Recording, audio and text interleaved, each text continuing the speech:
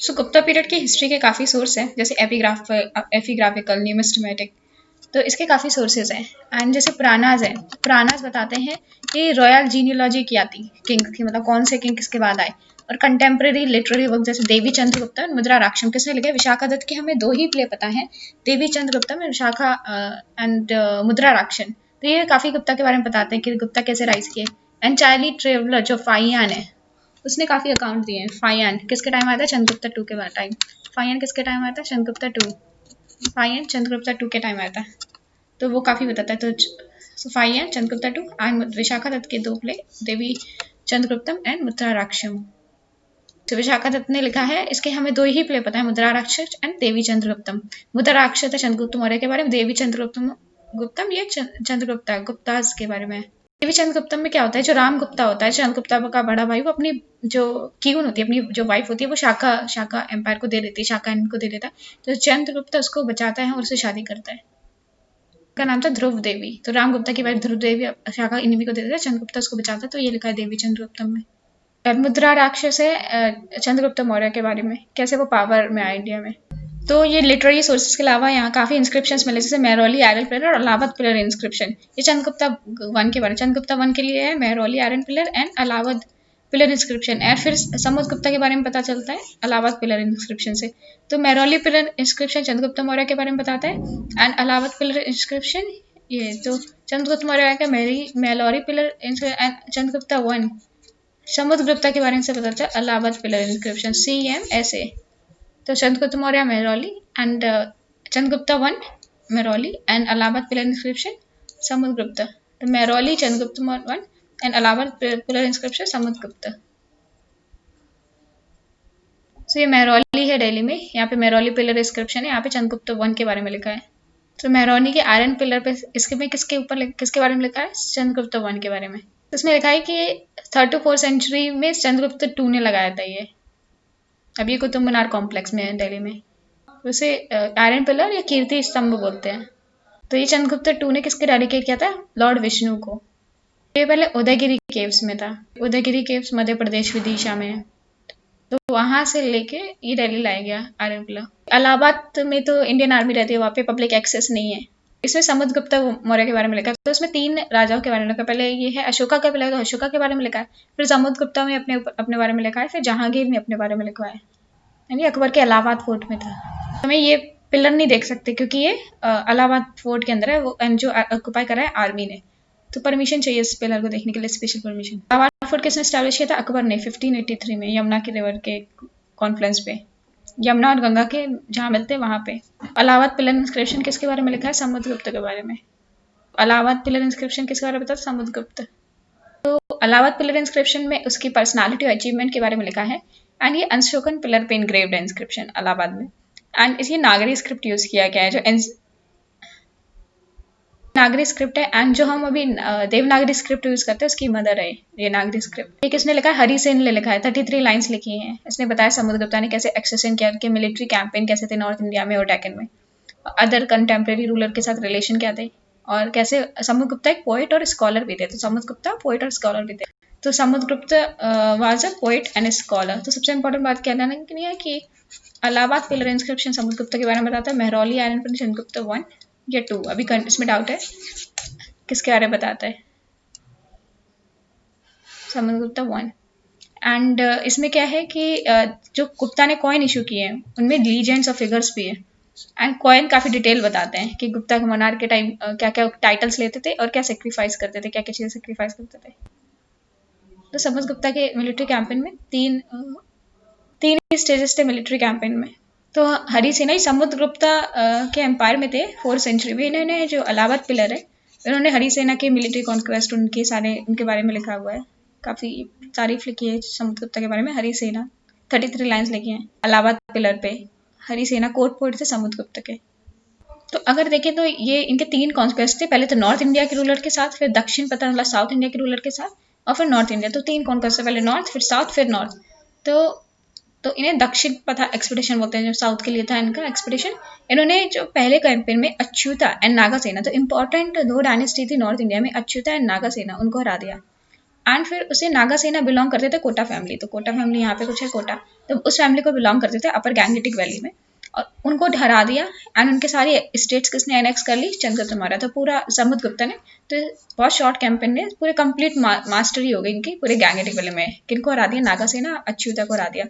फिर समुद्रा south India में गया। फिर इलाहाबाद पिलर इंस्क्रिप्शन बताता है कि उन्होंने 12 रूलर को हराया था। साउथ इंडिया में कितने रूलर को हराया, 12 रूलर्स को हराया था समुद्रगुप्त मौर्य ने। एंड यहाँ पे ये सारे थे कौशाला, कोराला, ये सारे रूलर्स थे।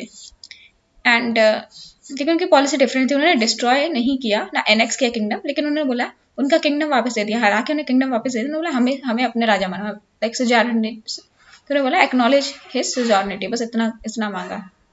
थर्ड स्टेज में चंद्रगुप्त चाहते थे कि जो नॉर्थ इंडिया के जो बच्चे राइवल्स उनको हटा दो, तो 9 किंग से उन्होंने लड़ाई की और उनकी टेरिटरीज भी एनेक्स कर ली, जैसे रुद्रदेव और ये सारे, इन सबको एनेक्स कर लिया, इन सबको हरा दिया, 9 रूलर्स को हरा दिया फिर से नॉर्थ इंडिया में। एंड सारे नागा फैमिली के मेंबर थे एंड वो डिफरेंट नॉर्थ पार्ट में, तो पहले नागास और अछूत्यास को हराया, साउथ इंडिया में हराया। कम से कम कितने राज्यों को हराया, 12 रूलर्स को हराया साउथ इंडिया में, लेकिन उनको बोला कि हमारी सोजर्निटी मांगो, बस फिर ऊपर आ गया। फिर 9 और नागा रूलर्स को हराया और फिर पूरा नॉर्थ ऑक्यूपाई करा। फिर जब मिलिट्री विक्ट्री हो गई तो उसके बाद उन्होंने अश्वमेधा सेक्रीफाइस की और उन्होंने गोल्ड और सिल्वर कॉइन इशू किए and with the legend restorer of Ashvamedha. And उनकी मिलिट्री अचीवमेंट की वजह से उन्हें बोला जाता है इंडियन नेपोलियन बोला जाता है। अब एक्सटेंड देते हैं अगर समुद्रगुप्त एम्पायर का, तो इसमें क्या क्या है। समुद्रगुप्त एम्पायर पूरे ऊपर गैंगेटिक वैली में पूरा आ गया क्योंकि ऊपर सबको हरा दिया है। एंड अगर देखें modern UP, central India, south western part of Bengal, and ये तो डायरेक्टली एडमिनिस्टर करते थे। फिर साउथ उनकी ट्राइब्यूटरी स्टेट थी, उनको सिजार्निटी देती थी। शाका एंड कुषाण ये वेस्ट में थे, नॉर्थ वेस्ट में थे, वो भी उनके स्पेयर में थे इन्फ्लुएंस ऑफ, तो शाकाज एंड कुषाण भी इनके अंडर आ गए। And kingdom in the east coast जो भी थे, जैसे पल्लवा किंगडम, वो भी अपनी सुजर्निटी मानते थे, तो साउथ में पल्लवा भी इनकी सुजर्निटी मानते थे। समुद्रगुप्ता की बोले तो काफ़ी रिमार्केबल थी इनकी जो मिलिट्री अचीवमेंट थी समुद्रगुप्ता की, ग्रेट थे वो अपनी पर्सनल एकम्प्लिशमेंट में। इलाहाबाद पिलर इंस्क्रिप्शन में बताते हैं कि कैसे उन्होंने उनकी पॉलिश इंटेलेक्ट की थी, पोइटिक भी थे और म्यूजिक में भी थे। एक तो अच्छी मिलिट्री आती है, पोइट भी थे और म्यूजिशियन भी थे, तो मल्टी टैलेंटेड थे ये, तो इसलिए उन्हें कविराज बोला जाता है। तो कविराज किसे बोला जाता है, चंद्रगुप्त मौर्य को कविराज बोला जाता है क्योंकि वो जो वर्सेस लिखते थे एकदम कमाल की वर्सेस लिखते थे, तो इसलिए इन्हें कविराज बोला जाता है। और उन्होंने अपने एक कॉइन है उसमें अपने वीणा में भी अपने आप को डिपिक्ट किया है, कॉइन जो भी इशू किया उसमें वीणा में भी डिपिक्ट किया है, तो बहुत ज़्यादा टैलेंटेड थे समुद्रगुप्त। तो पोएटिक स्किल्स भी थी और म्यूजिक में भी बहुत ही प्रोफिशिएंट थे, तभी उन्होंने एक कॉइन में अपने आप को वीणा बजाते हुए दिखाया है। तो ये एक्सटेंट है पहले चंद्रगुप्त 1, फिर ये समुद्रगुप्त का एक्सटेंट है, एंड ये है चंद्रगुप्त 2 का एक्सटेंट। गुप्त ने शाकास को पूरा हरा दिया था चंद्रगुप्त 2 ने। गुप्तास थे यहाँ पे ये चंद्रगुप्त 2 ने ऑक्यूपाई कर लिया था, ये ऑक्यूपाई किया था पहले चंद्रगुप्त 1, फिर समुद्रगुप्त, फिर चंद्रगुप्त 2, और ये वाकाटका इनके साउथ ईस्ट में थे। बहुत अच्छे पोइट थे, तो इनकी वीणा बजाते हुए भी इनकी कॉइन्स में इनके पिक्चर्स हैं वीणा बजाते हुए समुद्रगुप्त की, तो काफ़ी अच्छे पोइट थे। मिलिट्री अचीवमेंट्स तो कमाल की है इनकी, तभी इनको कविराज बोला जाता था, कविराज। तो उनका प्रोफिशिएंसी और इंटरेस्ट म्यूजिक में बहुत ज़्यादा था, एंड वो काफ़ी पोइट्स और स्कॉलर्स को भी पेट्रोन देते थे, जैसे हरिसेना ने इनके बारे में लिखा है, 33 लाइन्स लिखी इनके बारे में इलाहाबाद पिलर इंस्क्रिप्शन में। एंड वो संस्कृत लिटरेचर को भी प्रमोट करते थे, एंड लर्निंग कैरेक्टरिस्टिक थी इनकी डायनेस्टी की, तो संस्कृत लिटरेचर को परफॉर्म करते थे। वैष्णविज्म फॉलो करते थे, समुद्रगुप्ता वैष्णवाइट थे, तो वैष्णविज्म को फॉलो करते थे, लेकिन सारे ट्रीट के लिए टॉलरेंट थे, तो बुद्धिज्म में काफ़ी इंटरेस्ट दिखाते थे। एंड ग्रेट बुद्धिस्ट स्कॉलर वाशुबंधु के पैट्रॉन थे, तो वाशुबंधु के पैट्रॉन थे ये समुद्रगुप्ता के बाद आते हैं चंद्रगुप्त 2 विक्रमादित्य। तो सब स्कॉलर्स बोलते हैं कि इमीडिएट सक्सेसर था रामगुप्ता, लेकिन रामगुप्ता ने अपनी वाइफ को दे दिया था, तो अपनी वाइफ को शाका किंग्स हार गए थे, तो फिर चंद्रगुप्त 2 हराने गए। तो ये लिखा है देवी चंद्रगुप्तम में, ये लिखा है किसने, विश्वामित्र ने। एंड ये एल्डर ब्रदर थे चंद्रगुप्त 2 के, लेकिन लिटिल हिस्टोरिकल प्रूव है कि कुमार रामगुप्ता कुछ थे। एंड फिर ये अपने फादर की तरह ही जीनियस थे मिलिट्री कॉन्क्वेस्ट में, तो उन्होंने डिप्लोमेसी वारफेयर दोनों यूज़ की। एक तो मैट्रिमोनियल अलायंस की अपनी पॉलिटिकल पावर को बढ़ाने के लिए, नागा से लड़ाई करे थे इनके फादर, उन्हीं की जो डॉटर थी कुबेर नागा प्रिंस जो सेंट्रल इंडिया से उनकी शादी कर ली, और अपनी जो डॉटर थी प्रभावती उन्होंने वाकाटका प्रिंस रुद्रसेना सेकंड से शादी करा दी, वाकाटका के रुद्रसेना सेकंड। चंद्रगुप्त टू की जो डॉटर थी प्रभावती, उन्होंने वाकाटका किंग रुद्रसेना सेकंड से शादी करा दी। इंपॉर्टेंस क्या थी कि वाकाटका की बहुत ही स्ट्रैटेजिक पोजीशन थी डेक्कन में, अलायंस से बहुत ही ज्यादा यूजफुल हुआ चंद्रगुप्त टू का, तो इन्हें फिर शाकास को हराने में काफी आसानी रही, तो शाकास को हरा दिया, इसलिए इनको अपने नाम दिया था विक्रमादित्य। तो चंद्रगुप्त टू विक्रमादित्य को शाकास को हरा दिया था। और उन्होंने वेस्टर्न इंडिया के कैसे किया, तो उन्हें शाका सेट्रैप ऑफ वेस्टर्न इंडिया पूरा हरा दिया था। तो यहाँ के रूलर थे रुद्रसिम्हा थर्ड, शाका सेट्रैप थे, उनको हरा दिया था और उनको मार दिया, उनको थ्रोन से हटा दिया एंड मार दिया। और उन्होंने वेस्टर्न मालवा और काठियावाड़ पेनिनसुला पूरा एनेक्स कर लिया। तो वेस्टर्न मालवा तो पूरा ये एरिया जो गुजरात का एरिया पूरा इनके अंडर आ गया। एंड उन्होंने इसके बाद सेक्रीफाइस किया एंड उन्होंने अपना टाइटल लिया सक्री, मतलब डिस्ट्रॉयर ऑफ द साका। तो सक्री ने किसने टाइटल लिया, Chandragupta two, which means destroyer of the Shakas. And उन्होंने अपने आप को विक्रमादित्य बोला, इनको हराने के बाद विक्रमादित्य। तो इसमें इनके कॉन्क्वेस्ट के बाद जो वेस्टर्न बाउंड्री थी एम्पायर की, वो अरेबियन सी तक पहुंच गई। तो ये बरोच, सोपरा, कैम्बे, ये अदर सी पोर्ट्स आ गए। तो कौन कौन से सी पोर्ट्स आ गए गुप्ता एम्पायर में, बरोच, Sopara, Cambay, broach, Sopara, Cambay, broach, Sopara, Cambay. तो इससे काफी ट्रेड बढ़ गया वेस्टर्न कंट्री के साथ। उज्जैन सबसे इंपॉर्टेंट कमर्शियल सिटी थी और अल्टरनेटिव कैपिटल बन गया गुप्तास का। तो उज्जैन अल्टरनेटिव कैपिटल बन गया। सो उज्जैन ही अल्टरनेटिव कैपिटल था इनका। तो काफी कमर्शियल सिटी थी उज्जैन। तो जो कॉटन क्लोथ थे बंगाल के एंड इंडिगो कहाँ से आता था, बिहार से, सिल्क बनारस से, हिमालय से सेंट आता था, सेंट्रल स्पीसीज आती थी साउथ से, वो सारे इन पोर्ट पे भेजे जाते थे विदाउट एनी डिफरेंस। तो वेस्टर्न ट्रेड बहुत ज्यादा हो रहा था। तो इंडिया में बहुत ज्यादा गोल्ड आता था रोमन एम्पायर से एंड हम एक्सपोर्ट करते थे, इम्पोर्ट का गोल्ड बहुत ज्यादा इम्पोर्ट आता था। तो बहुत सारे variety of the gold coins मिले हैं चंद्रगुप्ता टू एम्पायर में। फिर चंद्रगुप्ता टू ने बहुत सारी कॉन्फेडरेसी ऑफ एनिमी चिफ्स को हरा दिया, वंगा। तो वंगा थे, तो वंगा यहाँ पे थे, इनको हरा दिया एनिमी चीफ्स को इनके। एंड उन्होंने सिंध को क्रॉस करा और सिंध को क्रॉस किया और बैक्टीरिया को भी हटा दिया। कुशान भी उस टाइम थे, कुशान को भी हरा दिया। तो इससे क्या हुआ, गुप्ता वेस्ट तक पहुंच गया, मालवा, गुजरात, काठियावाड़ सब ऑक्यूपाई कर लिया। तो गुप्ता कुशान को भी हरा दिया चंद्रगुप्ता टू में। तो इन्होंने हिंद को अप टू बैक्टीरिया सब कुछ ऑक्यूपाई कर रखा था। बैक्टीरिया मतलब अफगानिस्तान को भी ऑक्यूपाई कर लिया था। एंड ईस्टर्न बाउंड्री थी इनकी Bengal in the south of Narmada river. तो इधर नर्मदा रिवर, इधर बंगाल, इधर इनका मालवा रीजन पूरा जो बैक्ट्रियन किंगडम था, एंड इधर वेस्टर्न सैट्रैप्स वाला एम्पायर सब एनेक्स कर लिया था गुप्ता टू के टाइम तक। फिर फाइयान आते हैं चंद्रगुप्ता टू के टाइम, फाइयान आते हैं। तो famous Chinese Pilgrim Fa-Hien visit करते हैं चंद्रगुप्ता टू के टाइम। वो 9 साल तक रहते हैं, 6 साल वो गुप्ता एम्पायर में रहते हैं। एंड वो लैंड रूट के आते हैं, कोतान, कशगर, गांधारा इन पंजाब। तो ऐसे लैंड रूट से आते हैं। फिर वो जाते हैं पेशवार, मथुरा, कन्नौज, श्रावस्ती के, कपिलवस्तु, कुशीनगर, पाटलिपुत्र, काशी एंड बोध गया। कहाँ जाते हैं, पेशावर, पेशावर जाते हैं। फिर उससे मथुरा, मथुरा से कन्नौज, कन्नौज से श्रावस्ती, फिर कपिलवस्तु, फिर कुशीनगर, फिर पाटलिपुत्र, फिर काशी एंड बोध गया। तो ये सारी जगह जाते हैं। एंड फिर वो सी रूट से, फिर यहाँ से निकल के सी रूट से अपने चाइना चले जाते हैं, on the way Ceylon and Java.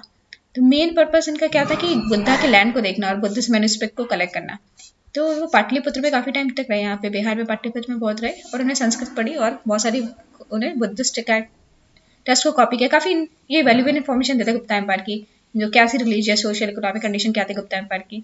तो उन्होंने बोला बुद्धिस्ट कंडीशन काफी ज्यादा फ्लरिश कर रही थी नॉर्थ वेस्ट इंडिया में, बट गैंगेटिक वैली में it was in a state of neglect, कोई नहीं ध्यान देता था बुद्धिज्म पे। लेकिन नॉर्थ वेस्ट इंडिया जो ये एरिया था नॉर्थ वेस्ट, वहाँ पे फ्लरिश कर रही थी। लेकिन गैंगेटिक वैली में it was in a state of neglect, तो निग्लेक्ट हो रहा था यहाँ पे। उन्होंने गैंगेटिक बोला, गैंगेटिक वैली बोला लैंड ऑफ ब्राह्मणिज्म, बोला land of brahmanism Gangetic valley को। फिर जैसे बहुत ज़्यादा अनसेटिस्फैक्ट्री स्टेट थी बुद्धिस्ट हॉली प्लेसेस की, लाइक कपिल वस्तु, कुशीनगर, इन पर कोई ध्यान ही नहीं दे रहा था। उन्होंने एम्पायर कंडीशन की जो इकोनॉमिक कंडीशन काफ़ी प्रॉस्परस थी, तो बहुत सारे वैल्यूबल अकाउंट बनाए। उसने बोला कि चंद्रगुप्ता टू का उसने नाम कहीं मेंशन नहीं किया क्योंकि वो पॉलिटिकल अफेयर्स में इंटरेस्टेड ही नहीं था। तो प्राइमरली वो फोकस कर रहा था रिलीजन में। उसने बुद्धिस्ट एंगल से सारी चीज़ें देखी एंड सोशल कंडीशन जो उसने बताई वो एग्जैजरेटेड थे। काफ़ी यूजफुल अकाउंट देता है ये फाइयान टू चंद्रगुप्ता टू के बारे में। एस्टिमेट देखे तो पावर एंड ग्लोरी काफी पीक पे पहुंच गई थी चंद्रगुप्ता टू विक्रमादित्य के टाइम, क्योंकि शाको कराया था विक्रमादित्य टाइटल लिया था। सक्री भी बोलते थे, सक्री मतलब डिस्ट्रॉयर ऑफ साका। एंड उन्होंने जनरल कल्चरल प्रोग्रेस बढ़ाई एंड ग्रेट लिटरली फिगर को पेट्रोनाइज किया। तो कालिदास किसके टाइम थे, सो कालिदास चंद्रगुप्ता टू के टाइम थे, कालिदास चंद्रगुप्ता टू के टाइम थे। आर्टिस्टिक एक्टिविटी बढ़ाई, हाई कल्चरल प्रोग्रेस हुई इस टाइम एंड इसको गोल्डन एज बोला जाता है गुप्ता पीरियड के। बहुत सारी डिटेल अकाउंट मिली है गुप्ता पीरियड की उस टाइम की। तो गोल्डन एज बोला जाता है चंद्रगुप्ता टू के टाइम। एंड कालिदास को किसने पेट्रोनाइज किया था? चंद्रगुप्ता टू ने। चंद्रगुप्ता टू ने वेंगा किंगडम को भी हरा दिया, बंगाल में थी, वेंगा किंगडम थी बंगाल में। बैक्ट्रिया का एम्पायर नर्मदा रिवर तक इधर वेंगा किंगडम बंगाल में हरा दिया, एंड यहाँ पे सैट्रैप्स को हरा दिया। फिर कुषाण को भी सब्स्टिट्यूट कर दिया था इन्होंने, चंद्रगुप्ता टू ने। फिर चंद्रगुप्ता मौर्य के हमारे कुमार गुप्ता, ये सक्सेसर है चंद्रगुप्ता को, कुमार गुप्ता।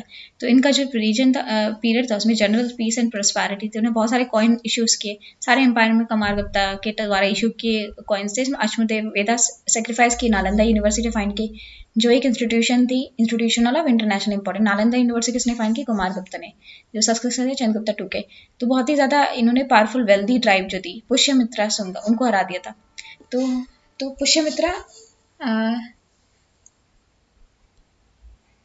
धीरे धीरे ये जो गुप्ता है वो कमजोर हो रहे। कैसे पता चलता है? क्योंकि पुष्यमित्रा काफी वेल्दी टाइप थी, इन्होंने गुप्ता आर्मी को हरा दिया था।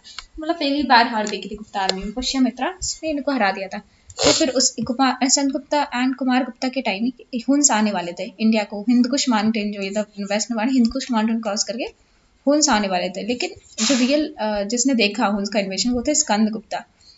एंड जो स्कंद गुप्ता थे कुमार गुप्ता के बाद, उन्होंने हुन्स से बचा तो लिया एम्पायर को, लेकिन बहुत ज़्यादा स्ट्रेन पड़ा, क्योंकि बार बार लड़ाई कर रहे हैं हुन्स, बार बार अटैक कर रहे हैं, तो गवर्नमेंट रिसोर्स से बहुत ज़्यादा स्ट्रेन पड़ा। तो जब स्कंद गुप्ता मर गए तो बहुत सारे सक्सेसर आए, जैसे पुरुगुप्ता, नरसिम्हा गुप्ता, बुद्ध गुप्ता, बलादित्य। वो गुप्ता एम्पायर को बचा नहीं पाए हुन्स से, अल्टीमेटली गुप्ता एम्पायर डिसअपेयर हो गया।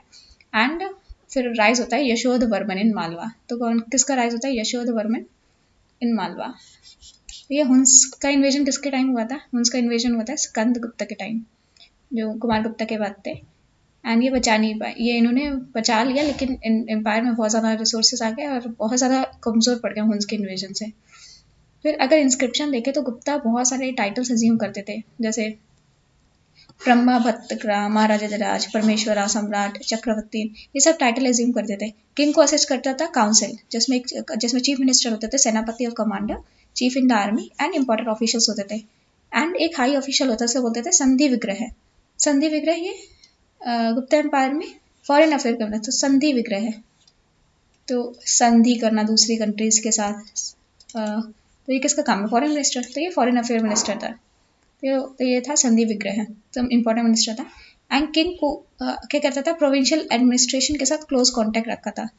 And through a class of official Kumar Amatyas and Ayuktyas, तो जो भी प्रोविंसेस थे, तो किंग जो था उनसे कॉन्टैक्ट रखा था, किसके थ्रू? कुमार अमात्यास एंड अयुक्त्यास के थ्रू। एंड फिर जो प्रोविंसेस थे उन्हें बोलते थे भुक्तिस। तो ये भुक्ति है, मतलब बहुत सारे भुक्तिस थे, प्रोविंसेस को भुक्तिस बोलते थे। एंड उसके ऊपर एक गवर्नर होता है, उसको बोलते थे पारिकास। तो गवर्नर को बोलते थे पारिकास एंड प्रोविंसेस को बोलते थे भुक्तिस। एंड तो गवर्नर को पारिकास, तो गवर्नर को पारिकास एंड प्रोविंसेस को बोलते थे भुक्तिस। एंड तो इसमें क्या था, वो जो भुक्तिस, जो पारिकास कौन बनते थे? गवर्नर कौन बनते थे? भुक्तिस के, मतलब प्रोविंसेस के वो बनते थे, प्रिंसेस ही बन जाते थे। एंड भुक्तिस को विश्यास में और डिस्ट्रिक्ट में डिवाइड किया था, तो डिस्ट्रिक्ट को बोलते थे विश्यास, भुक्ति को बहुत सारे डिस्ट्रिक्ट में डिवाइड करते थे, तो इनको बोलते थे विश्यास। एंड इनको गवर्न करता था विश्यापति। तो भुक्ति जो डिस्ट्रिक्ट्स थे उन्हें विश्या बोलते थे, इनको गवर्न करता विश्यापति। और नगर श्रेष्ठीज ये चीफ एडमिनिस्ट्रेशन देखते थे, तो नगर श्रेष्ठीज ये सिटी एडमिनिस्ट्रेशन देखते थे। जैसे अभी म्यूनिसिपैलिटी है, तो म्यूनिसिपैलिटी की तरह नगर श्रेष्ठी थे, सिटी एडमिनिस्ट्रेशन देखते थे। एंड पंचायत जो थी उसे ग्रामिका बोलते थे। हाँ, तो विलेज किसके अंडर था? ग्रामिकास के अंडर। एंड फाइयान ने काफ़ी इंपॉर्टेंट इन्फॉर्मेशन दी है। एडमिनिस्ट्रेशन की बात करें तो किंग मेंटेन करता था भुक्तिस के साथ, के कुमार अमात्यास एंड अयुक्त्यास प्रोविंसेस के साथ, ऑफिशियल के साथ, क्लास ऑफ ऑफिशियल ये कॉन्टैक्ट बना के रखते थे। जैसे ये IAS ऑफिसर कुमार अमात्यास, अयुक्त्यास। फिर प्रोविंसेस जो थे उनको भुक्ति बोलते थे, एंड जो उनके गवर्नर थे उन्हें उपारिकास बोलते थे, और वो प्रिंसेस में ही लेते थे उपारिकास। एंड भुक्ति उनको विश्यास में डिवाइड करते थे, और विश्या को गवर्न करता था विश्यापति। और नगर श्रेष्ठीज वो सिटी एडमिनिस्ट्रेशन को देखते थे, और विलेज एडमिनिस्ट्रेशन को देखते थे ग्रामिकास। फिर फाइयान ने गुप्ता एम्पायर की काफ़ी इंपॉर्टेंट इन्फॉर्मेशन बताई है। उन्होंने बोला Gupta empire mild and benevolent था, काफ़ी अच्छा था, कोई रेस्ट्रिक्शन नहीं थे, लोग आराम से एक दूसरे जगह जाते थे, तो फ्रीडम ऑफ मूवमेंट थी उस टाइम भी। एंड काफ़ी पेस्टोरल पर्सनल फ्रीडम थी, कोई स्टेट इंटरफेरेंस नहीं था, इंडिविजुअल लाइफ आराम से आप जी सकते थे, पनिशमेंट बहुत सीवियर नहीं थी। तो पनिशमेंट ज़्यादातर फाइन लग जाता था पनिशमेंट में, कोई स्पाई सिस्टम नहीं था, काफ़ी प्रॉस्परस था, बहुत ज़्यादा एडमिनिस्ट्रेशन एफिशिएंट था, रोड सेफ थी फॉर द ट्रैवलर्स। तो फाइयान के लिए फायर ने लिखा है रोड सेफ थी गुप्ता एम्पायर के बाद। अब बेनवॉलेंट एम्पायर था, बहुत ज़्यादा पीस था, जनरल प्रोस्पेरिटी और क्राइम तो होता ही नहीं था। एंड उसने बहुत सारी बताई है कि बहुत ज़्यादा एफिशिएंसी थी गुप्ता एम्पायर की। फायर ने एडमिनिस्ट्रेशन बहुत ज़्यादा था, तो वो फायर आराम से ट्रैवल करा without any fear in the Gangetic valley, कोई भी डर नहीं था। तो ज़्यादा लिबरल था, मौर्य से ज़्यादा लिबरल था। तो मौर्य कम लिबरल थे, इनका ज़्यादा लिबरल था। सोशल लाइफ देखें तो गुप्ता बहुत ज़्यादा फॉरेन इन्वेजन हुए प्री गुप्ता पीरियड में, इंडिया में बहुत ज़्यादा फॉरेन इन्वेजन हुए। तो फिर बहुत सारे फॉरेनर्स आए इंडिया में, यहीं पे रिसाइड करने लगे, लेकिन गुप्ता के टाइम कास्ट सिस्टम बहुत रिजेक्ट कर गया। तो तो फिर ब्राह्मण्स टॉप लेडर में आ गए, तो रीजन या ब्राह्मण्स टॉप आ गए, इनॉर्मस गिफ्ट देने लगे rulers as well as wealthy people. तो तो क्या हुआ, तो ब्राह्मण्स को बहुत ज़्यादा गिफ्ट दिए जाते थे किंग के द्वारा, वेल्दी पीपल के द्वारा। अनटचेबिलिटी आ गई इस पीरियड में। फायर ने चंदाल्स के बारे में देखा है, चंदाल्स को अलग कर दिया गया था सोसाइटी से। एंड ये miserable condition Chinese traveller fire ने बताई है कि चंडाल्स को अलग कर दिया था। सो ये चंडाल्स थे, ये कॉप्सेस, मतलब कोई मर जाता था उसकी बॉडी को जलाते वलाते थे। तो हिंदू में लोअर कास्ट है, अनटचेबल बोला जाता है चंडाल। तो अगर वुमेन की पोजीशन देखे बहुत ज़्यादा मिजरेबल थी गुप्ता पीरियड के टाइम। तो वो रिलीजियस टेस्ट नहीं पढ़ सकते थे, पुरानाज ये सब पढ़ नहीं सकते थे। एंड वुमेन को सब्जुगेट किया जाता था टू द मैन, ये रेगुलरली उन्हें सब्जुगेट किया जाता था। एंड उन्हें बोला जाता था उन्हें प्रोटेक्ट करना चाहिए and should be journalistly treated by the man. और स्वयंवरा की जो प्रैक्टिस थी वो अब चली गई थी, और मनुस्मृति ने बोला अर्ली मैरिज होता था, तो मनुस्मृति ने ये बोला कि लड़कियों की जल्दी शादी होना चाहिए था। रिलीजियस स्ट्रेस में ब्राह्मणिज्म इसमें सुप्रीम था इन द गुप्ता पीरियड। इसकी दो ब्रांचेस थी, वैष्णविज्म एंड शैविज्म। तो ब्राह्मणिज्म में दो ब्रांचेस थे, वैष्णविज्म शैविज्म। ज़्यादातर गुप्ता किंगडम वैष्णवाइट थे, तो नॉर्थ में ज़्यादा वैष्णविज्म होता है, साउथ में ज़्यादातर शैविज्म होता है। तो ये लोग जो वैष्णवाइट थे उन्होंने क्या किया, अश्वमेधा सेक्रीफाइस की, एंड ये इमेजेस को वर्शिप करते थे और रिलीजियस फेस्टिवल को सेलिब्रेट करते थे। And elaborate rituals made this to religious popular, तो बहुत ज़्यादा इलेबोरेट रिचुअल करते थे। तो इससे क्या हुआ, ये रिलीजन्स बहुत ज़्यादा पॉपुलर हो गए।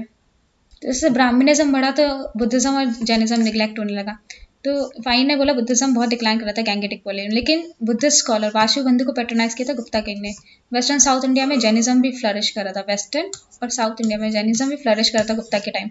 फर्स्ट जैन काउंसिल ये गुप्ता पीरियड के टाइम हुई थी, फर्स्ट वल्लभी में, जहाँ पे जैन कैनन और द सुताम्राज की जैन कैनन इस टाइम लिखी गई थी वल्लभी में। तो वाशुबंधु को पैट्रोनाइज किया था गुप्ता रूलर ने। समुद्रगुप्ता ने पैट्रोनाइज किया था वाशुबंधु को। समुद्रगुप्ता वैष्णविज्म को फॉलो करते थे, लेकिन पैट्रोनाइज किया था बुद्धिस्ट स्कॉलर वाशुबंधु को। तो फर्स्ट जैन काउंसिल कब हुई थी, 300 BC में, ये किसके, स्थूलभद्र के चेयरमैन में। और सेकंड जैन काउंसिल थी वल्लभी में, ये गुप्ता एम्पायर के टाइम हुई थी वल्लभी में, गुजरात में। और इसे हेड किया था देवर्दी खम्मासेमना। बोला जाता है सोमपत्र जो अशोका का सन था, उसने जैनिज्म को एक्सेप्ट कर लिया था। यहाँ पे कोई प्रीस्ट नहीं होते जैनिज्म में, सिर्फ मॉन्क्स एंड नन्स होते हैं। एंड प्रिंसिपल डॉक्ट्रिन है is of Purva. Second Jain council Vallabhi Gujarat पे गुप्ता एम्पायर के टाइम अंडर द देवर्दी खम्मा सेमना। तो सुताम्रा का कैनन का लिखा गया सेकंड जैन काउंसिल में वल्लभी गुजरात, जैसे देवर्दी खम्मासन ने किया था 520 AD में, जो गुप्ता पीरियड के टाइम। तो बहुत ज़्यादा प्रोग्रेस हुई थी art and science and literature में। इसे गोल्डन एज बोला जाता है, एंड काफ़ी स्कॉलर से रेनेसांस बोलते हैं, लेकिन ऐसा पता नहीं चलता, इसके पहले कोई डार्क पीरियड नहीं था। Therefore cultural progress witnessed during Gupta period में be call as a culmination था इंडियन इंटेलेक्चुअल एक्टिविटीज। फिर आर्ट एंड आर्किटेक्चर देखें तो काफ़ी ज़्यादा important art and architecture Gupta period का। तो नागरा एंड द्राविड़ा स्टाइल की दोनों ही स्टाइल इवॉल्व हुई गुप्ता पीरियड के टाइम। तो सबसे इम्पॉर्टेंट है, लेकिन काफ़ी ज़्यादा चीज़ें लॉस हो गई क्योंकि हुन्स ने आके सब कुछ तोड़ फोड़ कर दिया था। लेकिन कुछ रिमेनिंग टेम्पल बचे, स्कल्पचर्स बनते हैं, केव पेंटिंग काफ़ी आइडिया बताते हैं मतलब ग्रांडियर ऑफ द गुप्ता आर्ट। सबसे इंपॉर्टेंट टेम्पल है दियोगढ़ एट झांसी। तो ये अर्ली टेम्पल है दियोगढ़ एट झांसी। तो ये झांसी में दियोगढ़ टेम्पल है। दियोगढ़ में है दशावतारा टेम्पल, विष्णु टेम्पल। तो ये दशावतारा टेम्पल है दियोगढ़ झांसी।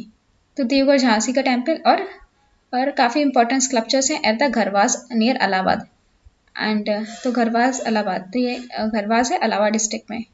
इलाहाबाद में ये गरवा फोर्ट है, तो इलाहाबाद में। तो ये गरवा फोर्ट इलाहाबाद में गुप्ता पीरियड के टाइम बना है। Garhwa fort in Allahabad was built during Gupta period. So ये Garhwa fort Allahabad during Gupta period, Allahabad पे है गरवा फोर्ट। तो Garhwa fort in Allahabad Uttar Pradesh. Important temple एक तो Dashavatara temple in Deogarh and ये जो गरवास टेम्पल है इलाहाबाद में। लेकिन गंधारा स्टाइल का कोई इन्फ्लुएंस नहीं था, जैसे कुषाण के टाइम गंधार स्टाइल का इन्फ्लुएंस है, यहाँ पे नहीं था। एक ब्यूटीफुल स्टैचू मिला बुद्धा का, काम मथुरा में मिला है, लेकिन यहाँ पे थोड़ा सा ग्रीक स्टाइल दिख रहा है। वैसे ग्रीक स्टाइल का ज़्यादा इन्फ्लुएंस नहीं है, लेकिन बुद्धा का जो मथुरा में स्टैचू मिला उसमें थोड़ा सा ग्रीक स्टाइल दिख रहा है। तो ये बुद्धा का स्टैचू मिला है मथुरा में, ये थोड़ा ग्रीक स्टाइल को दिखाता है। तो ये बुद्धा का स्टैचू एक अनंत क्या था, सारनाथ में मिला है बुद्धा का स्टैचू, ये यूनिक पीस है गुप्तार का। भीतरी पिलर इंस्क्रिप्शन, ये संक गुप्ता का ये भी रिमार्केबल है। तो ये सारनाथ में बुद्धा का स्टैचू मिला है, ये सारनाथ में धार्मिक स्तूपा उत्तर प्रदेश में। ये बुद्धा स्टैचू निकाला है सारनाथ से, बुद्धा स्टैचू अनर्थ किया सारनाथ से। 6th सेंचुरी एडी, मतलब गुप्ता पीरियड के टाइम बना था। भीतरी पिलर इंस्क्रिप्शन किसके बारे में बताता है, स्कंदगुप्त के बारे में। भीतरी इंस्क्रिप्शन में ये भी होता है कि कैसे स्कंदगुप्ता पुष्यमित्रा और हुनास के साथ कैसे लड़ा था, स्कंदगुप्ता एंड पुष्यमित्रा एंड हुनास। तो कुमार गुप्ता के टाइम हुंस नहीं आए थे, उसके सक्सेसर स्कंदगुप्त के टाइम हुंस आए थे, तो हुंस और पुष्यमित्रा से लड़ाई की थी, और इसके बारे में लिखा है भीतरी पिलर इंस्क्रिप्शन में। तो भीतरी पिलर इंस्क्रिप्शन, भीतरी मोनोलिथिक पिलर है स्कंदगुप्ता का, ये काफी रिमार्केबल है। तो ये भीतरी पिलर इंस्क्रिप्शन है सैदपुर उत्तर प्रदेश, ये भीतरी पिलर इंस्क्रिप्शन। तो मेटलर्जी काफ़ी ज़्यादा प्रोग्रेस में थी इस टाइम, बहुत ज़्यादा मेटल स्टैचू एंड पिलर्स मिले हैं। तो इन्हें आती थी art of casting, metal statues कैसे करना है, पिलर्स कैसे बनाना है। तो एक जाइजेंटिक स्टैचू और बुद्धा मिला है, ये पहले सुल्तानगंज में था, लेकिन ये ब्रिटिशर चुरा के लेके ब्रेहंगम म्यूजियम में रख दिया है। तो ये कम से कम 1/2 फीट हाइट था एंड कम से कम 1 टन इसका वेट था। ये सुल्तानगंज बुद्धा है, ये गुप्ता पाल के टाइम का है, अराउंड 500 to 700 AD, और ये ब्रेहंगम म्यूजियम में ले गए थे ब्रिटिशर चुरा के। मिला था सुल्तानगंज बिहार में, ये ब्रेहंगम म्यूजियम एंड आर्ट गैलरी है ब्रेहंगम इंग्लैंड में। 10 स्टैचू मिलता सुल्तानगंज बिहार, और ये ब्रिटिशर चुरा के ले गए। तो मेटलर्जी काफ़ी अच्छी थी, जैसे कि Delhi iron pillar Gupta period का अभी भी उसमें रस नहीं लगी है, इतने दिनों से सन और रेन से जूझ रहा है, तब भी उसमें रस नहीं लगी। गुप्ता पीरियड की जो पेंटिंग है वो मिल जाएगी बाघ केव्स में, जो ग्वालियर के पास बाघ केव्स है, वहाँ पे गुप्ता पेंटिंग मिल जाएगी। बाघ केव्स है गुप्ता पीरियड के, यहाँ पे पेंटिंग मिलेगी, बाघ केव्स है। तो अजंता की पेंटिंग भी गुप्ता पीरियड के टाइम बनी, ये बताती है कि कैसे लाइफ की बुद्धा की लाइफ दिखाई है जातका स्टोरी के थ्रू। एंड जो श्रीगिरिया श्रीलंका में है, वो भी अजंता स्टाइल से इन्फ्लुएंस्ड है। तो श्रीगिरिया है श्रीलंका में, यूनेस्को वर्ल्ड हेरिटेज साइट है श्रीगिरिया इन श्रीलंका। तो श्रीगिरिया इन श्रीलंका में अजंता टाइप की पेंटिंग बनाई गई है।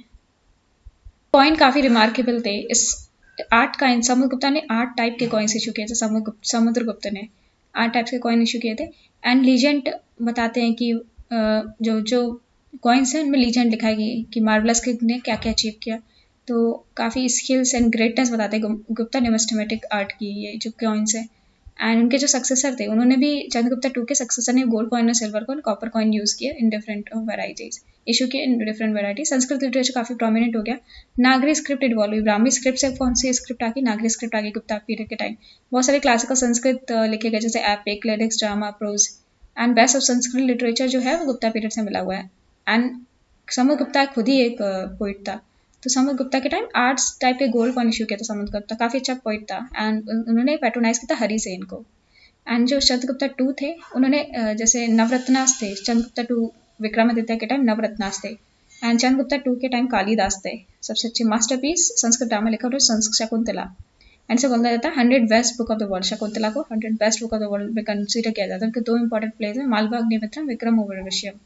एंड 2 एपिक्स लिखे, Raghuvansh and Kumar Sambhava. And 2 lyrics इनके, Ritu Samhara and Meghdoot. 4th to 5th century के पीरियड में थे कालिदास, ये चंद्रगुप्ता 2 के एम्पायर में थे। इन्होंने पैट्रोनाइज इसी चंद्रगुप्ता 2 ने।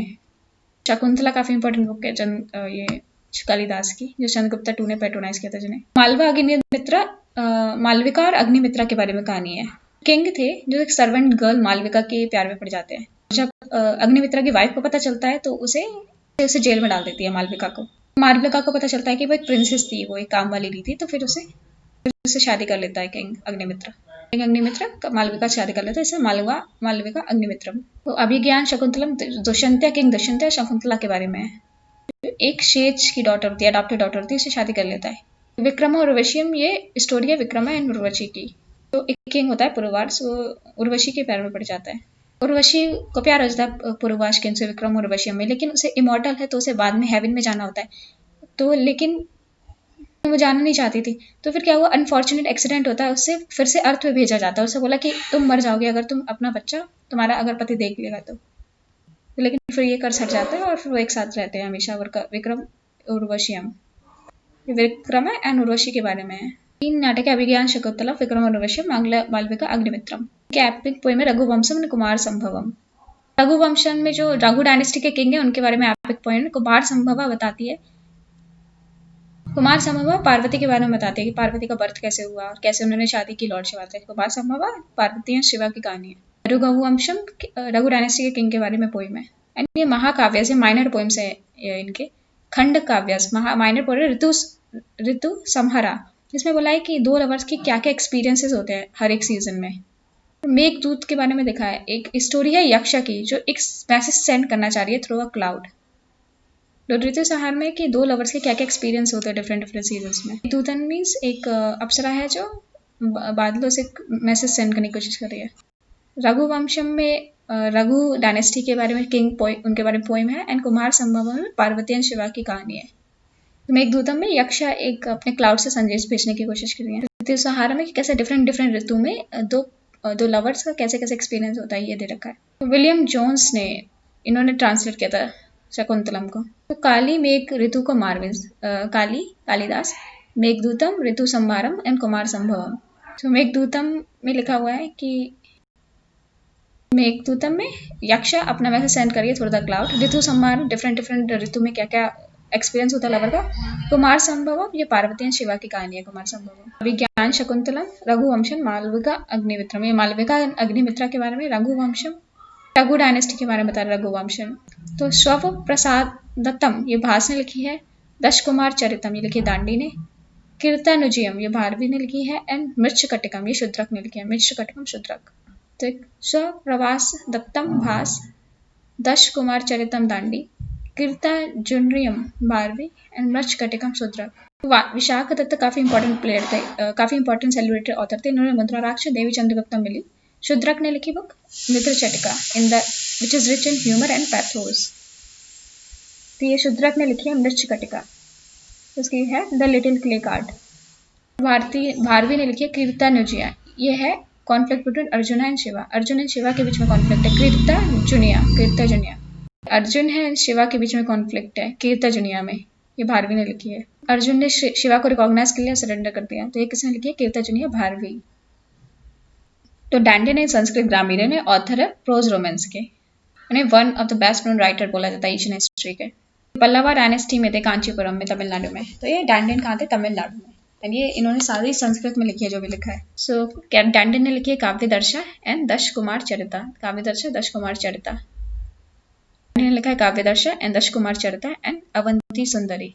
काव्य दर्शा दश कुमार चरिता एंड अवंती सुंदरी डैंडन। तो ये काव्य दर्शा ये इन्फ्लुएंस्ड है, डैंडन की जो काव्य दर्शा इन्फ्लुएंस्ड है भट्टी काव्य और भट्टी एंड काव्य दर्शाई ये इन्फ्लुएंस है काव्य अमरका ऑफ बाई ब्रह्मा। काव्य अमरका बाई ब्रह्मा। डैंडन ने लिखी काव्य दर्शा एंड दश कुमार चरिता। एंड वासुदत्ता ने लिखी है शुभंदु। वासुदत्ता किसने लिखी है, सुबंधु ने। वासुदत्ता, तो वासुदत्ता लिखी है सुबंधु ने। शुभंधु के डेट पता नहीं, लेकिन बोला जाता 7th सेंचुरी में थे, गुप्ता पीरियड के टाइम। बोला जाता कुमार गुप्ता 1 के टाइम थे, गुप्ता एम्परर। स्कंद गुप्ता के टाइम भी थे। तो इनसे एक कंडा पेकू के बारे में लिखा है, जिसमें एक सन थे वो चिंतामणि के। तो उन्होंने एक सपने में एक लड़के देख लिया, उसी को ढूंढने बाहर निकल गए। वासुदत्ता लिखी है सुबंधु में। एंड पंचतंत्र लिखी है विष्णुमित्रा में, गुप्ता पीरियड के टाइम। पंचतंत्र विष्णुमित्रा। पंचतंत्र स्टोरी लिखी है विष्णु शर्मा में। ये एनिमल फेबल्स है संस्कृत, लिखी है विष्णु शर्मा ने। ये पंचतंत्र लिखी है पंचतंत्र। पंचतंत्र में ये कारपेंटर की स्टोरी है कि वो खटिया के नीचे लेटा, उसका लवर है, उसका पति ऊपर है। तो ये फूलिश कारपेंटर था, वो ये खटिया के नीचे लेटा है, उसके लवर के साथ उसकी पत्नी है। तो जिसकी पत्नी इसका पैर देख लिया, तो फिर स्टोरी बनाने लगती है अपने आप को इनोसेंट प्रूव करने के लिए। तो अमरकोश किसने लिखा है, अमर सिम्हा ने। अमरकोश अमर सिम्हा जो चंद्रगुप्त टूक के में नवरत्न थे, इसमें कालिदास थे। अमर सिम्हा भी काफी इंपॉर्टेंट नवरत्न में थे। इन्होंने लिखी है अमरकोश। ये 3 अमरकोश को 3 खंड्स में डिवाइड कर सकते हैं। पहले में हेवंस के बारे में लिखा है, दूसरे में अर्थ के बारे में लिखा है, तीसरे में इन्होंने लिखा है जो ग्रामर और मिसलिनियस वर्ड के बारे में लिखा है अमरकोश में। अमरकोश एक पॉपुलर नेम है फॉर द नमाली सुशासनम। एंड ये थिएश्वर संस्कृत में। तो ये थियस्ट्रस होती है। तो गुप्ता पीरियड के टाइम काफ़ी एक्टिविटी हुई in the spread of mathematics, astronomy, astrology and medicine. तो Aryabhatta great mathematician, astronomer this time. Aryabhatta, इन्होंने बुक लिखी आर्यभट्टा इन 499 AD। तो आर्यभट्टा ही कब लिखी? आर्यभट्टा ने 499 AD। तो इसमें मैथमेटिक्स एस्ट्रोनॉमी के बारे में देखा है आर्यभट्टा में। एंड इन्होंने साइंटिफिक एक्सप्लेन किया scientifically the occurrence of solar and nuclear eclipse, कि सोलर एंड न्यूक्लियर एक्लिप्स क्यों होते हैं। इन्होंने बोला कि अर्थ स्पेरिकल है, फर्स्ट था जिन्होंने बोला अर्थ स्पेरिकल होती है। इन्होंने बोला कि अपने ही एक्सिस पे ये रोटेट करती है, ये भी बोला आर्यभट्टा ने। एंड जैसे लेटर एस्ट्रोनॉमर थे उन्होंने ये रिजेक्ट कर दिया, जैसे वराहमिहिर एंड ब्रह्मगुप्ता ने ये आर्यभट्टा की जो चीज़ें थी उसे रिजेक्ट कर दिया। वराहमिहिर ने कंपोज की पंच सिद्धांत का 5 astronomical system, and he was also great authority in astrology. तो वराहमिहिर ग्रेट अथॉरिटी एस्ट्रोलॉजी ने इन्होंने लिखा है बृहद संहिता। तो किसने लिखा है बृहद संहिता? वराहमिहिर ने। इन्होंने पंच सिद्धांत को भी कंपोज किया, ये संस्कृत लिटरेचर है। बृहद संहिता इन संस्कृत लिटरेचर वराहमिहिर। तो इन्होंने लिखी वराहमिहिर ने लिखी पंच सिद्धांत का बृहद संहिता संस्कृत लिटरेचर में। ये डील करती है astronomy, astrology, geography, architecture, weather, animal, marriage and women's. And इनकी बृहद जातिका है, ये स्टैंडर्ड वर्ड समझ जाती है एस्ट्रोनॉमी में। बृहद जातिका वही वराहमिहिर। तो वराहमिहिर की है पंच सिद्धांत का बृहद संहिता एंड बृहद जातिका। वराहमिहिर बृहद संहिता एंड बृहद जातिका। बृहद जातिका किसकी है? वराहमिहिर की। ये एस्ट्रोलॉजी पे है। तो ये 5 major treatise on Hindi predictive astrology. Other 4 है Saravali of Kalyavarman, Sarvartha of Chintamani of Venkesh, Jataka Parijata of Vaidyanath and Paladipika of Manteshwara. लिखा है वराहमिहिर के 5 टेस्ट है, पंच सिद्धांत का बृहद संहिता, लघु जातिका एंड योगा यात्रा। तो पंच सिद्धांत का बृहद संहिता, लघु जातका, योगा यात्रा। बृहद जातका किसने लिखा है? वराहमिहिर ने। बृहद जातका, पंच सिद्धांत का बृहद संहिता, लघु जातका एंड योगा यात्रा ये लिखा है वराहमिहिर ने। गुप्ता एम्पायर के टाइम थे 6th सेंचुरी में। लिखा है पंच सिद्धांत का बृहद संहिता, बृहद जातिका। वराहमिहिर ने लिखा पंच सिद्धांत का बृहद संहिता एंड बृहद जातिका। मेडिसिन की फील्ड में देखें तो वाघभट्टा थे, एंड इन्हें लास्ट ग्रेट मेडिकल ट्रायो में माना जाता है। तो पहले तो थे चरक एंड सुश्रुत, एंड उसके बाद थे वाघभट्टा। एंड जो चरक एंड सुश्रुत थे गुप्ता पीरियड के पहले थे, चरक और सुश्रुत। फिर वाघभट्टा ने लिखे हैं अष्ट संग्रह, summary of the 8 branches of medicine. तो उन्हें 8 ब्रांच मेडिसिन के बारे में बताया, अष्ट संग्रह। तो चरक, सुश्रुत एंड वाघभट्टा को मेडिकल ट्राई बोला जाता है एशियन इंडिया का। वाघभट्टा है most influence classical writers of Ayurveda. 2 important लिखे हैं, अष्टांग संग्रह एंड अष्टांग संहिता। संग्रह एंड संहिता, अष्टांग संग्रह एंड अष्टांग संहिता। तो बोला जाता है कि ये कश्मीरी थे, एथनिक कश्मीरी थे वाघभट्टा। सो वासुवंत को पेट्रोनाइज किया था समुद्रगुप्त ने। तो वैष्णवाइट थे लेकिन वासुवंत को भी पेट्रोनाइज किया था। तो बृहद संहिता लिखी है वराहमिहिर ने। तो ये वराहमिहिर है, उन्होंने लिखी है पंच सिद्धांत का बृहद संहिता एंड बृहद जातका। वराहमिहिर ने लिखी है तीनों चीजें। दश कुमार चरिता किसने लिखी है? डैंडेन ने। काव्यदर्श डैंडेन। कीर्तिजुनिया किसने लिखी है? भारवी ने। तो फाइन चंद्रगुप्ता 2 के टाइम आया था, चंद्रगुप्ता 2। सो गुप्ता एम्पायर के बाद पॉलिटिकल और डिसऑर्डर, डिसयूनिटी आ गई नॉर्थ इंडिया में। तो काफ़ी ज़्यादा डिसयूनिटी थी। एंड 7th सेंचुरी AD में तो ये एक हर्षवर्धना, एक काफ़ी इंपॉर्टेंट किंगडम इस्टेब्लिश हुई। तो हर्षवर्धना के सोर्सेस क्या है? हर्षचरिता किसने लिखी है? बाणभट्टा। तो बाणभट्टा ने लिखी है हर्षचरिता। तो ये बताती है इनके बारे में, ये पोइट कोर्ट थे, हर्षा के में पोइट कोर्ट थे। इन्होंने बाणभट्टा हर्षचरिता लिखी है बाणभट्टा ने। ह्यून सांग इस टाइम आए थे। तो जो फाइयान था, फाइयान किसके टाइम आया था? वो आया था चंद्रगुप्ता 2 के टाइम। एंड ह्यून सांग आए थे, ये हर्षगुप्ता के टाइम आए थे। ह्यून सांग, हर्षगुप्ता। एंड 2 सोर्सेज के अलावा ड्रामाज भी लिखे हैं हर्षा ने, जैसे रत्नावली नंदन प्रियदर्शिका। तो हर्षा ने ये भी लिखे हैं Ratnavali, Nagananda and Priyadarshika. Madhubal plate inscription and Sonpat inscription chronology बताती है हर्षा एम्पायर की। एंड भांसखेरा इंस्क्रिप्शन सिग्नेचर है हर्ष का। तो भांसखेरा इंस्क्रिप्शन में हर्षा के सिग्नेचर है। फिर Madhubal plate inscription and Sonpat inscription. तो ये Madhuban plate inscription, Bhanskhera inscription में हर्षा के सिग्नेचर है, भांसखेरा इंस्क्रिप्शन।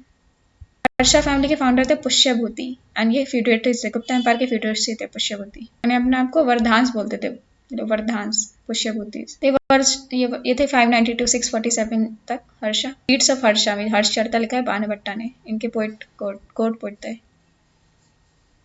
इंपॉर्टेंट प्ले है रत्नावली, नागनंदा एंड प्रियदर्शिका। नतरानी, नागनंदा एंड प्रियदर्शिका। रत्नावली एक ब्यूटीफुल प्रिंसेस थी और उद्यान के नाम पे है।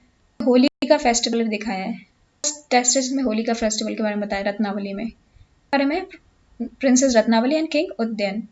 नागनंदा भी संस्कृत प्ले है, ये भी संस्कृत में लिखा हुआ है। ये है जीमू तवहानास की, उसने कैसे अपने आप को सेल्फ सेक्रीफाइस किया नागास को सेव करने के लिए। इसमें लॉर्ड बुद्धा को दिखाया गया है नंदी वर्स में। गरुड़ क्या थे, ये सरपेंट्स का सेक्रीफाइस मांगते थे।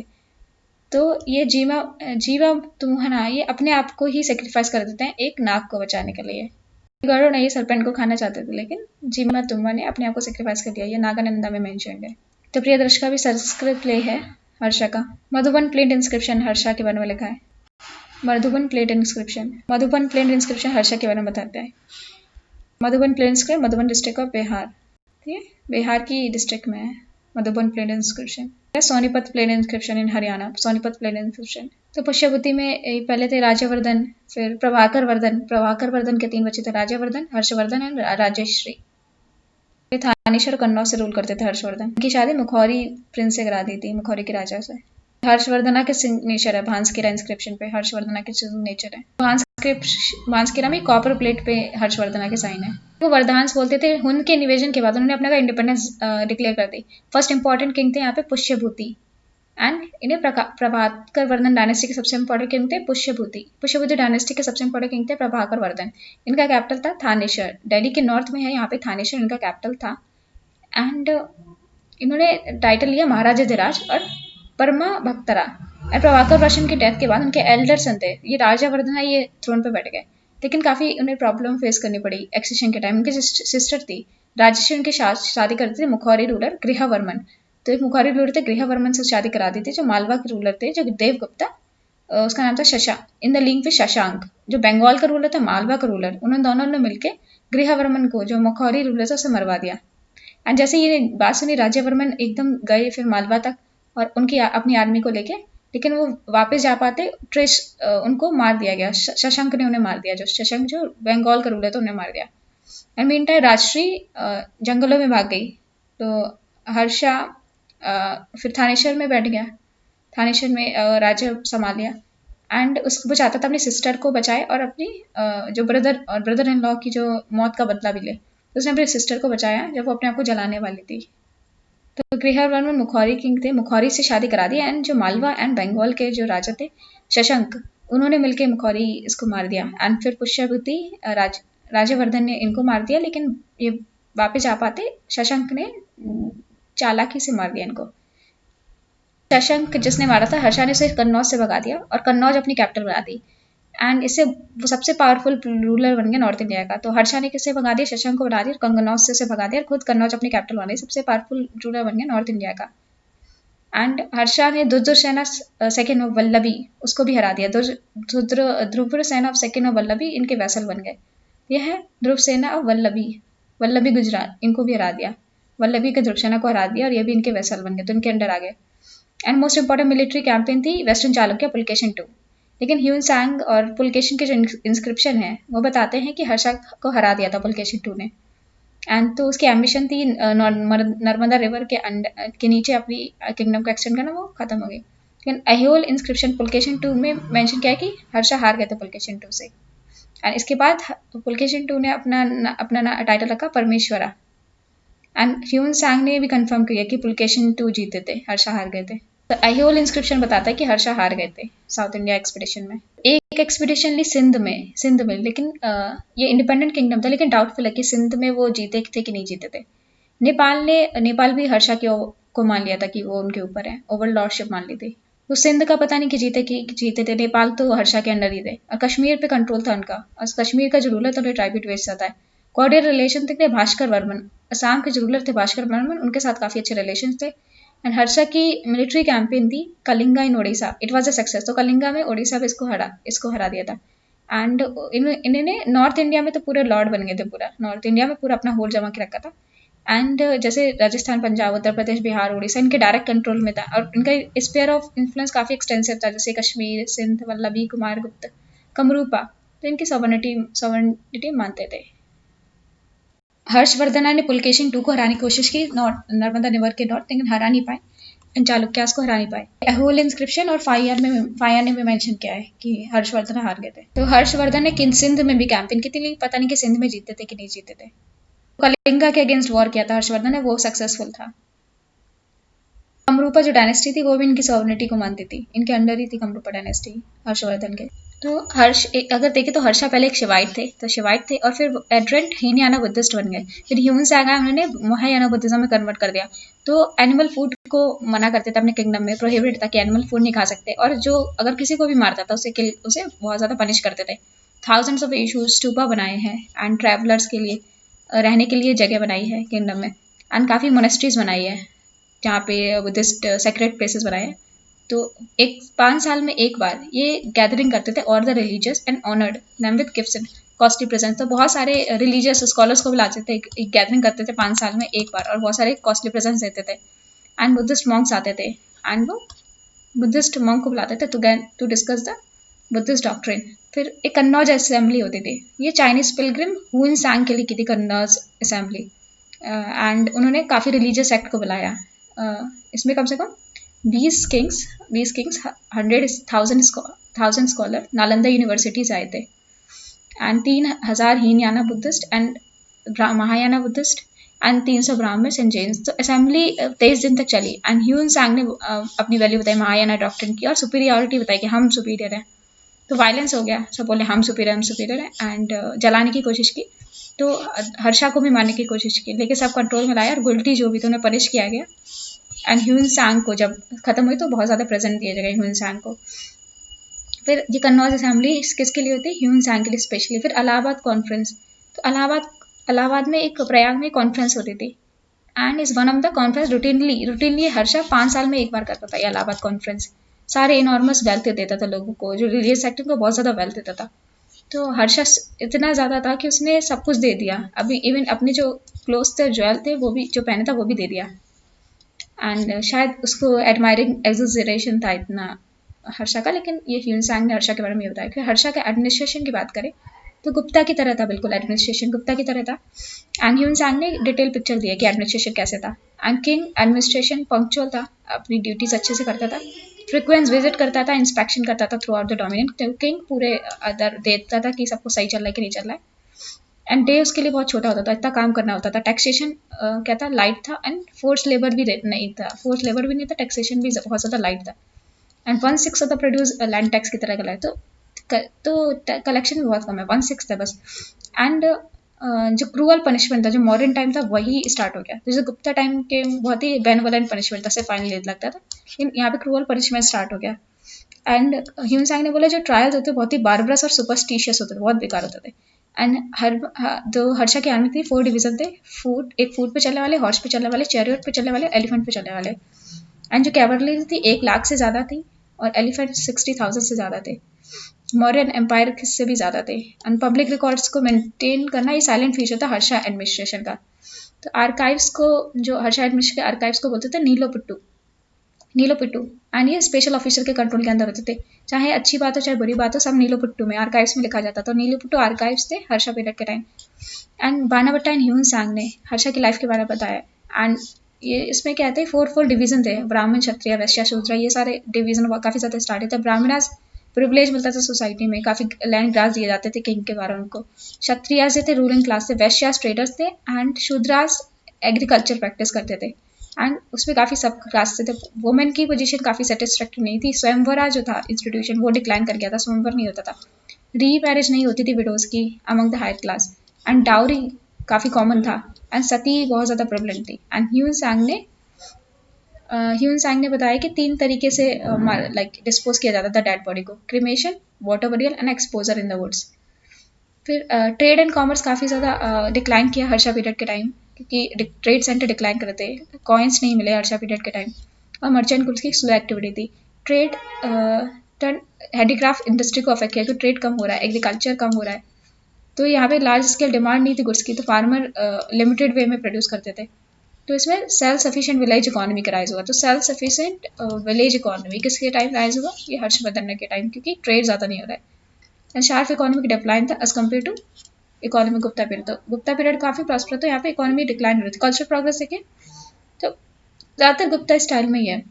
एंड ह्यून सांग ने डिस्क्राइब किया है glory of the monastery and put by Harsha and Nalanda.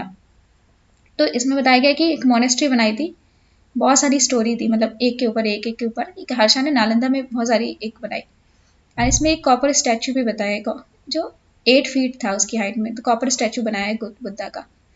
And bring temple and Lakshmana, and ये भी हर्षा पीरियड के टाइम बना। तो ये जो ब्रिक टेम्पल है लक्ष्मण में सिरपुर में, ये हर्षा पीरियड के टाइम बना।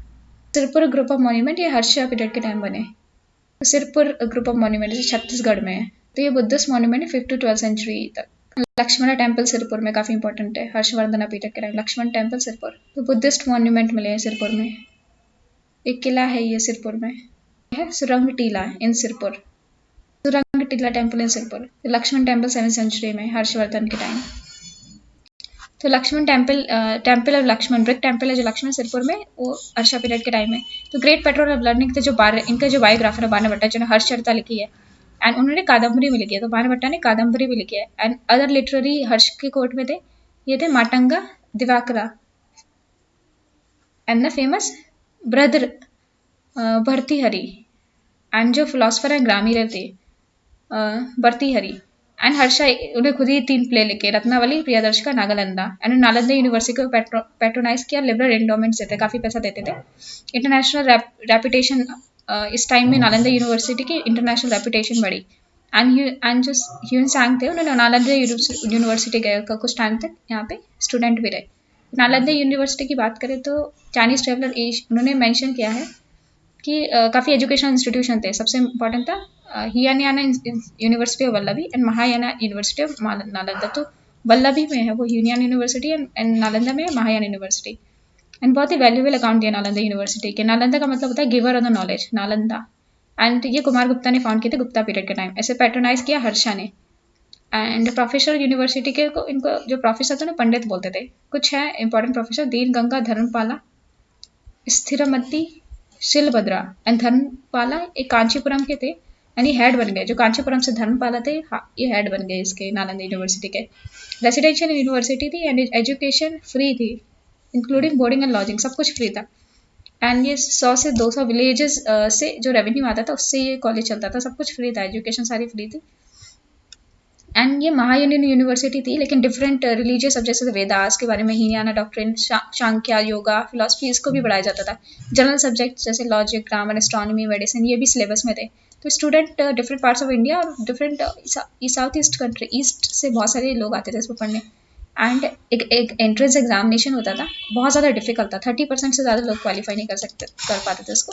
डिसिप्लिन बहुत ज़्यादा स्ट्रिक्ट था, लेक्चर से ज़्यादा इंपॉर्टेंट डिस्कशन बहुत ज़्यादा इंपॉर्टेंट था। एंड इंस्ट्रक्शन किससे देते थे? संस्कृत में देते थे। तो ये संस्कृत में इंस्ट्रक्शन देते थे।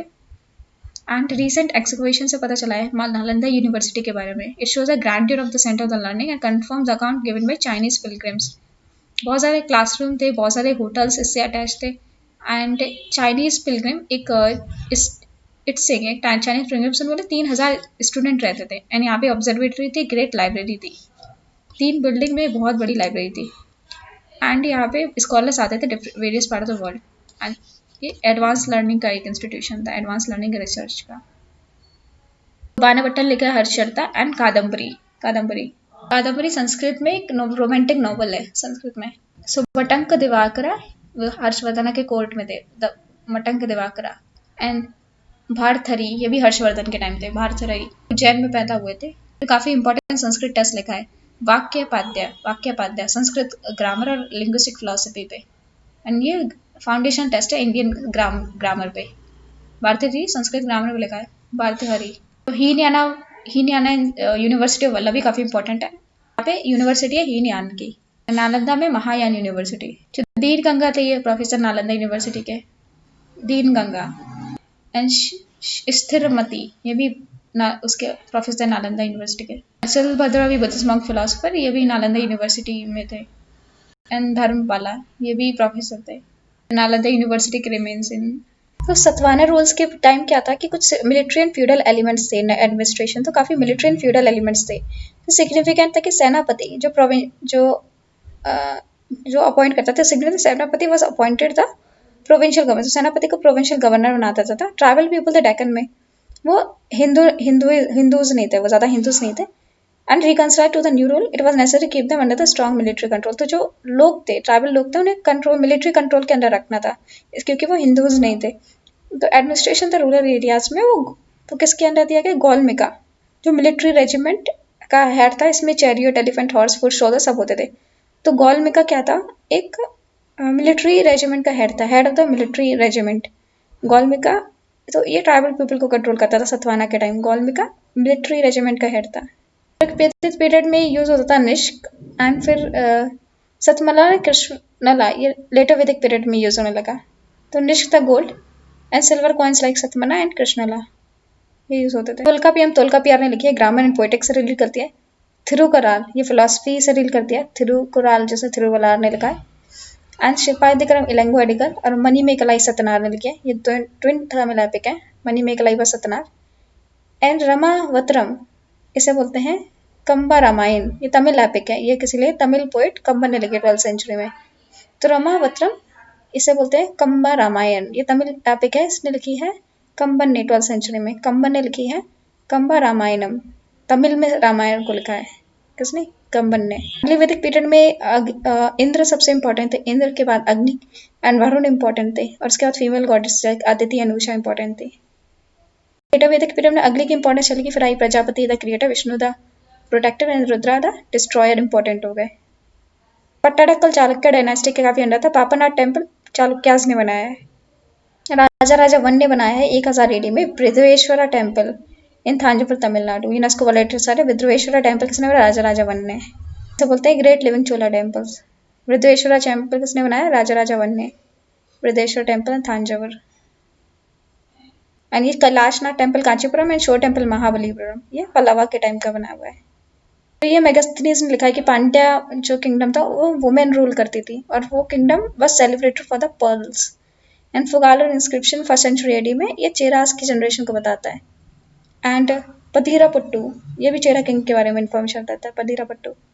सो अंगा की कैपिटल थी चंपा, मगध की राजगीर, काशी की बनारस, कोशला श्रावस्ती, वज्जी वैशाली, मल्ला कोशिनारा, चेड़ी शुक्तिमती, वत्स की कौसाम्बी, कुरु की इंद्रप्रस्थ, पंचाला की अछीचत्रा, मात्स्य की विराटंगरा एंड बेरात, एंड शुरुसेना की मथुरा, अस्मक की पोटाली, अवंती की उज्जैन, गंधार की तक्षशिला, खम्बोजा की राजपुरा।